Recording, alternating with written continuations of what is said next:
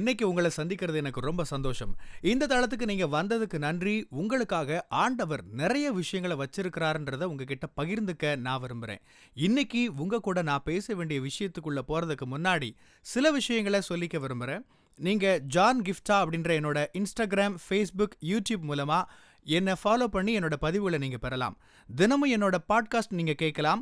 ஆண்டவரோட கிருபையில அதெல்லாம் நல்ல கிரியை செய்து வர்றதை நான் பார்க்கிறேன். நீங்களும் அதை தினமும் கேளுங்க. நிச்சயமா அது உங்களுக்கு ஒரு பெரிய ஆசீர்வாதமா இருக்கும்னு என்னால சொல்ல முடியும். ஜான் கிஃப்டா அப்படின்ற என்னோட யூடியூப் சேனலை தினமும் பார்க்க மறக்காதீங்க. Fuel for the soul with John கிஃப்டா அப்படின்ற இங்கிலீஷ் பாட்காஸ்டையும் நீங்க தினமும் கேட்கலாம்.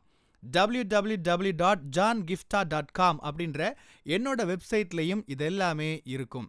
விஷயங்கள் எல்லை மீறி போன பிறகு தீவிரமான நடவடிக்கையில் அல்லது போர்க்கால அடிப்படையில் வேலை செய்கிறவங்க நிறைய பேர் இருக்கிறாங்க. அவங்க சிறப்பாக செய்ய விரும்புகிறத அவங்களால செய்ய முடியாது. சுற்றி எல்லா திசைகள்லையும் போராட வேண்டியிருக்கும். டெட்லைன், ஒரு வேலையை முடிக்க வேண்டிய நேரமோ எக்ஸாமோ ரொம்ப பக்கத்தில் வந்திருக்கும். அப்போ நமக்கு என்ன செய்யறதுன்னு தெரியாது. முதல்லையே இதுக்கு நம்ம ஏதாவது செஞ்சுருக்கலாமேன்னு அப்போ தான் தோணும். நம்மளில் நிறைய பேர் இப்படி இருப்போம். நானும் கூட சில தருணங்களில் இப்படியான சூழலில் இருந்திருக்கிறேன். கொஞ்சம் முன்னாடியே ஏதாவது செஞ்சுருக்கலாம், இப்படி தப்பு செஞ்சிட்டோமேன்னு நினச்சிருக்கிறேன். ஆண்டவரோட வார்த்தையிலிருந்து சில பிரின்சிபல்ஸ் நான் உங்ககிட்ட பகிர்ந்துக்க விரும்புகிறேன். யோவான் 11ஆம் அதிகாரத்திலிருந்து உங்களுக்காக வாசிக்கிறேன். இது நமக்கு ரொம்ப பரிச்சயமான, நான் அடிக்கடி பேசுகிற ஒரு பகுதி தான். இதில் ஆண்டவர் எனக்கு என் ஆவியில் வெளிப்படுத்தின விஷயங்களை உங்களோடு பகிர்ந்துக்க விரும்புகிறேன். லாசரு என்னும் ஒருவன் வியாதிப்பட்டிருந்தான். இந்த லாசருவோட சகோதரிகள் மரியாளும் மார்த்தாளும் இயேசுவுக்கு நெருக்கமாக இருந்தவங்க. அவங்க பலமுறை ஏற்கனவே சந்திச்சிருக்கிறாங்க. லாசரு வியாதிப்பட்டிருந்தான். வசனம் 3 சொல்லுது, ஆண்டவரே நீர் நேசிக்கிறவன் வியாதியா இருக்கிறான் அப்படின்னு இயேசு கிட்ட சொல்றதுக்கு இந்த 2 சகோதரிகளும் ஆள் அனுப்பினாங்க.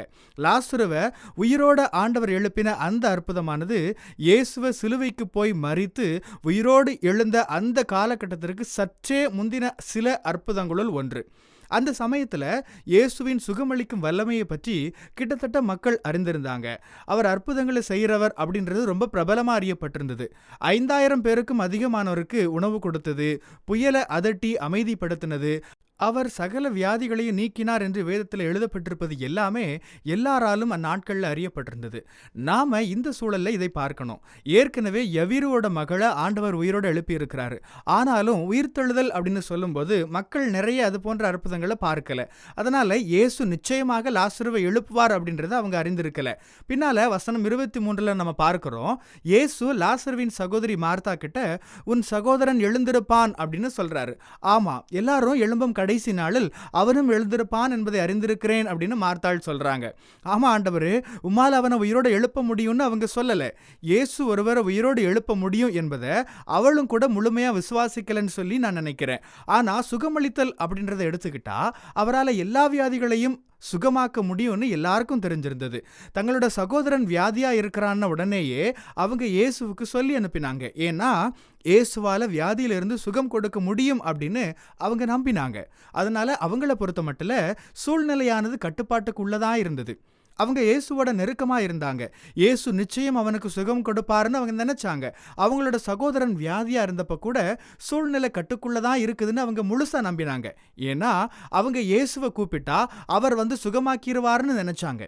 இந்த வேத பகுதியிலிருந்து நாம கற்றுக்கொள்ள வேண்டிய அடிப்படை என்னன்னா, விஷயம் நம்மளோட கட்டுப்பாட்டை மீறி போற வரைக்கும் நாம காத்திருக்க கூடாது. எல்லாம் நம்ம கையை விட்டு போன பிறகு போர்க்கால அடிப்படையில் நடவடிக்கை எடுக்கலான்னு அவசரமா இயேசு கிட்ட போய் இயேசுவே சீக்கிரம் வாங்க அவன் செத்து போயிட்டான்னு நிற்க கூடாது. அவங்க அப்படி செய்யல. சூழ்நிலை கட்டுக்குள்ள இருக்கும் போதே அவங்க இயேசுவுக்கு செய்தி சொல்லி அனுப்பினாங்க. அதான் நீங்களும் நானும் கற்றுக்கொள்ள வேண்டிய அடிப்படை பாடம். எப்போதுமே நாம கவனமா விழிப்பா இருக்கணும். நான் சில நடைமுறை உதாரணங்கள் சொல்றேன் பாருங்க. உங்களுக்கு ரொம்ப கஷ்டமான ஒரு பாடம் இருக்கு, சரி இதை அப்புறமா பார்த்துக்கலாம் அப்படின்னு ஒருபோதும் போட்டுடாதீங்க. இது எனக்கு கஷ்டமான பாடம் தான், என்ன செய்யறதுன்னு தெரியல அப்படின்னு நீங்க நினைச்சாலும் அதை குறித்து ஜெபம் பண்ணிட்டு உதவியை தேடுங்க. யாராவது மென்டர், டீச்சர் அல்லது நண்பர்கிட்ட உதவி கிடைக்குமான்னு பாருங்க. சொல்லுங்க, எனக்கு இந்த பிரச்சனை இருக்கு, எனக்கு உதவி வேணும்னு. பரீட்சைக்கு முந்தின நாள் அல்லது ஒரு வாரத்துக்கு முன்னாடி ஐயோ என்ன செய்யறதுன்னு யோசிக்காம உடனேயே என்ன செய்யலான்னு அதுக்கான நடவடிக்கைகள்ல இறங்குங்க. என்னோட வேலை நேரம், ப்ரொடக்டிவிட்டி, கவனம் எல்லாம் சோஷியல் மீடியாவால, இந்த மொபைலால பாதிக்கப்படுதுன்னு நீங்க உணர்ந்தா நீங்க என்ன செய்யணும்? வருஷம் முழுக்க வீணாக்கிட்டு கடைசியா ஐயோ இந்த வருஷத்தை நான் சரியா பயன்படுத்தி இருக்கலாமேன்னு யோசிக்கிறதுக்கு பதிலா இப்பவே ஸ்டெப்ஸ் எடுங்க. இதுதான் போன வருஷம் நான் செஞ்ச விஷயம். குறிப்பிட்ட சில ஆப்ஸ் என்னோட நிறைய நேரத்தை வீணாக்குதுன்னு தெரிஞ்ச உடனேயே நான் கிட்டத்தட்ட அந்த எல்லா ஆப்களையும், எனக்கு அவசியமான 1-2 ஆப்பை தவிர மற்ற எல்லாத்தையும் நான் டெலிட் பண்ணிட்டேன். ஏன்னா கடைசி நிமிஷத்துல போய் நின்னுக்கிட்டு ஐயோ நான் முதல்ல ஸ்டெப் எடுத்திருக்கலாமே அப்படின்னு சொல்ல விரும்பல. இங்க நாம என்ன புரிஞ்சுக்கிறோம்? ஒருவேளை நான் நிறைய தேவையில்லாத செலவு பண்ணிட்டு இருக்கேன்னு தோணுதா, உடனேயே அதுக்கு ஒரு எல்லை வையுங்க. உங்களோட கிரெடிட் கார்டில் லிமிட் குறைச்சு வையுங்க. உங்களோட ஃபினான்ஷியல் டிரான்சாக்ஷனை நம்பகமான ஒரு நபருக்கு தெரிகிற மாதிரி பார்த்துக்கோங்க. எடுக்க வேண்டிய அந்த நிமிஷத்திலேயே நடவடிக்கை எடுத்துடுங்கன்னு சொல்றேன். தள்ளி போட்டுட்டு விஷயங்கள் எல்லையை மீறி, கட்டுப்பாட்டை மீறி போற வரைக்கும் காத்திருக்க வேண்டாம். அதுதான் இன்னைக்கான செய்தி. அதைத்தான் நான் இன்னைக்கு உங்ககிட்ட பகிர்ந்துக்க விரும்பினேன். உதாரணத்துக்கு உடல் நலம் பத்தியும் இதே தான். உடம்பு சரியில்லைன்னு நீங்க நினைக்கிற அந்த நிமிஷமே நடவடிக்கை எடுங்க. 3 வாரம் 1 வருஷம்னு தள்ளி போட்டுட்டு அதுக்கு பிறகு செக் பண்ணாதீங்க. நிறைய பேர் இந்த தவறை செய்யறாங்க. கேன்சரை கூட இப்படி நிறைய பேர் கவனிக்காம விட்டுருக்காங்க. அவங்க டாக்டர் கிட்ட போறப்ப அவர் சொல்றாரு, நீங்க ஆரம்பத்திலேயே வந்திருக்கலாமே அப்படின்னு. ஆரம்பத்தில் வந்திருந்தீங்கன்னா இவ்வளோ மோசமா போயிருக்காது, நம்ம சரி பண்ணியிருக்கலாம் அப்படின்னு அவர் சொல்லுவார். எனக்கு தெரிஞ்ச சிலர் கூட இப்படி சரியான நேரத்தில் செக் பண்ணாததுனால கேன்சர்ல இறந்து போயிருக்கிறாங்க. இங்க லாசருவோட சம்பவத்துல பாருங்க, அவங்க லாசரு வியாதியா இருக்கிறான்ற செய்தியை இயேசு கிட்ட அனுப்பினாங்க. உடனே வந்து லாசருவை சுகப்படுத்தணுமா அல்லது தாமதமா வந்து லாசருவை உயிரோட எழுப்பணுமா அப்படின்னு முடிவு பண்ண வேண்டியது இயேசுதான். அது ஆண்டவரோட கைகளில் இருக்கு. இந்த கொள்ளை நோயால மக்கள் வேலையை இழக்கிறாங்க. ஒருவேளை நம்மளோட வேலையும் போகிற மாதிரி இருக்குதுன்னு உங்களுக்கு தோணலாம். வேலை போற வரைக்கும் காத்திருந்து அதுக்கு பிறகு தெருவில் உட்காந்து என்னடா பண்றதுன்னு யோசிக்க கூடாது.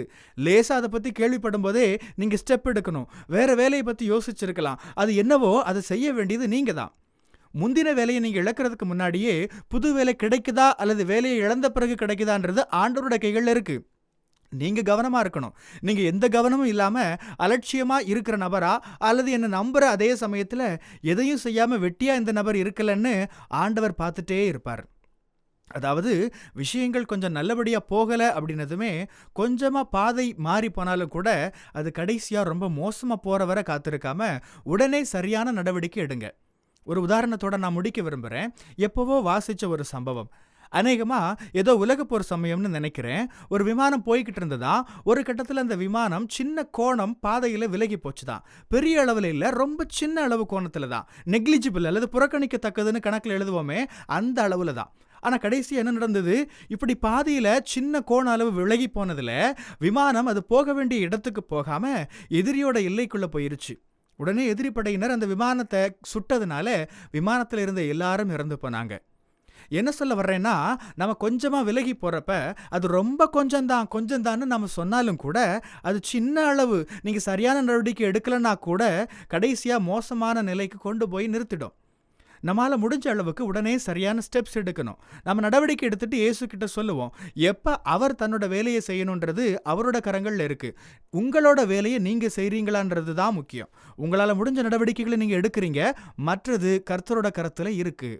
ஆமென். பிரியமானவங்களே, இந்த செய்தி மூலமா நீங்க உற்சாகம் அடைஞ்சிருப்பீங்க, ஆசீர்வதிக்கப்பட்டிருப்பீங்கன்னு விசுவாசிக்கிறேன். திரும்பவும் ஞாபகப்படுத்துறேன், நீங்க ஜான் கிஃப்டா அப்படின்ற என்னோட இன்ஸ்டாகிராம், ஃபேஸ்புக், யூடியூப் மூலமா என்னை ஃபாலோ பண்ணி என்னோட பதிவுகளை பெறலாம். ஜான் கிஃப்டா அப்படின்ற என்னோட யூடியூப் சேனலை தினமும் பார்க்க மறக்காதீங்க. Fuel for the soul with John கிஃப்டா அப்படின்ற இங்கிலீஷ் பாட்காஸ்ட்டையும் நீங்கள் தினமும் கேட்கலாம். பாட்காஸ்ட் எபிசோடுக்கு நீங்கள் உங்களோட ரேட்டிங், ரிவ்யூ கொடுத்து ஷேர் பண்ண மறக்காதீங்க.